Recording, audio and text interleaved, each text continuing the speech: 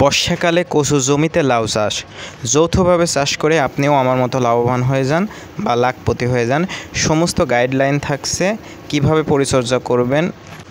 আসসালামু আলাইকুম। সকালে ঘুম থেকে উঠে হঠাৎ মনে পড়লো লাউয়ের জমিতে বীজ দেওয়া প্রয়োজন। প্রচুর পরিমাণে বৃষ্টিপাত হচ্ছে, একে তো বর্ষাকাল, তো আমি কচুর জমিতে লাউ গাছ রোপণ করছি। যৌথ চাষ যাকে বলে, যৌথ চাষ করলে এর উপকারিতা আছে, মানে একই জমি সর্বোচ্চ ব্যবহার করা হয় এবং সর্বোচ্চ লাভবান হওয়া যায়। তো আমি অ্যান্টাকল নিলাম এবং 1.8 নিলাম পোকা মারার জন্য। কচুর আপনার লাউয়ের গাছে যেটা ব্যবহার করা হয় মাকড়সার জন্য, মাকড়সা পোকার জন্য, আর অ্যান্টাকল ব্যবহার করলাম। গাছ সুস্থ সবল থাকে, পাতা সতেজ থাকে।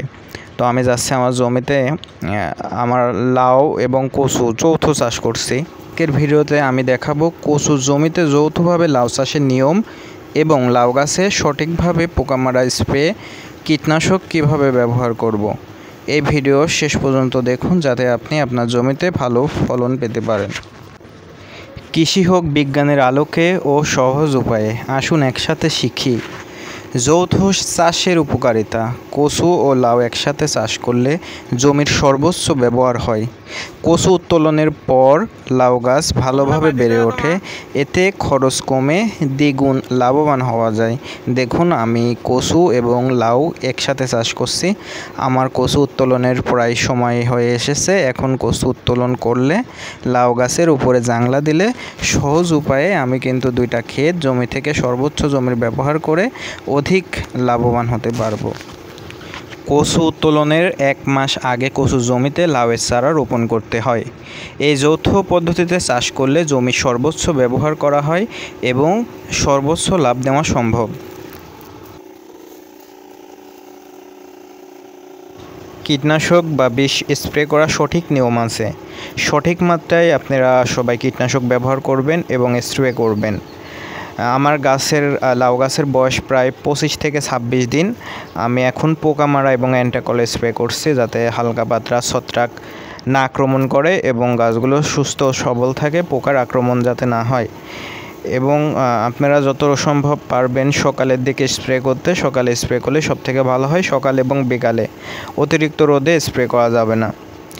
আমার লাউ গাছগুলো কিন্তু অনেক সুস্থ এবং স্বাভাবিক আছে। এত বৃষ্টিপাতের পরেও প্রচুর পরিমাণে আমার এদিকে বৃষ্টিপাত হচ্ছে, প্রায় 7 দিন। লাউয়ের চারা কিন্তু ডুবে গেছিলো কচুর জমিতে, এটা বেলে দোআঁশ মাটি। তো আপনারা সঠিক নিয়মে সার বিষ স্প্রে করবেন এবং আমার চ্যানেলের সাথেই থাকুন। এইভাবে আপনাদের আর কেউ দেখাবে না যে যৌথভাবে চাষ করবে লাউয়ের জমিতে।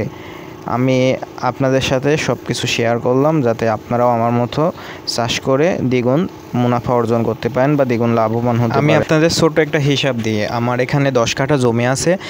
10 কাঠা জমিতে আমি সর্বোচ্চ 35 থেকে 40 মণ কচু উত্তোলন করতে পারবো, যার বাজার মূল্য 800 থেকে 1000 টাকা মণ হলেও 30,000 টাকার মতো হয়।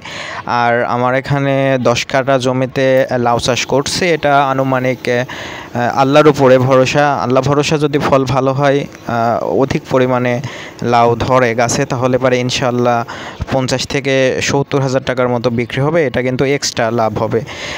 মানে যৌথ চাষে এটা একটা উপকারিতা, মানে দ্বিগুণ লাভ করা যায় জমির সর্বোচ্চ ব্যবহার করে।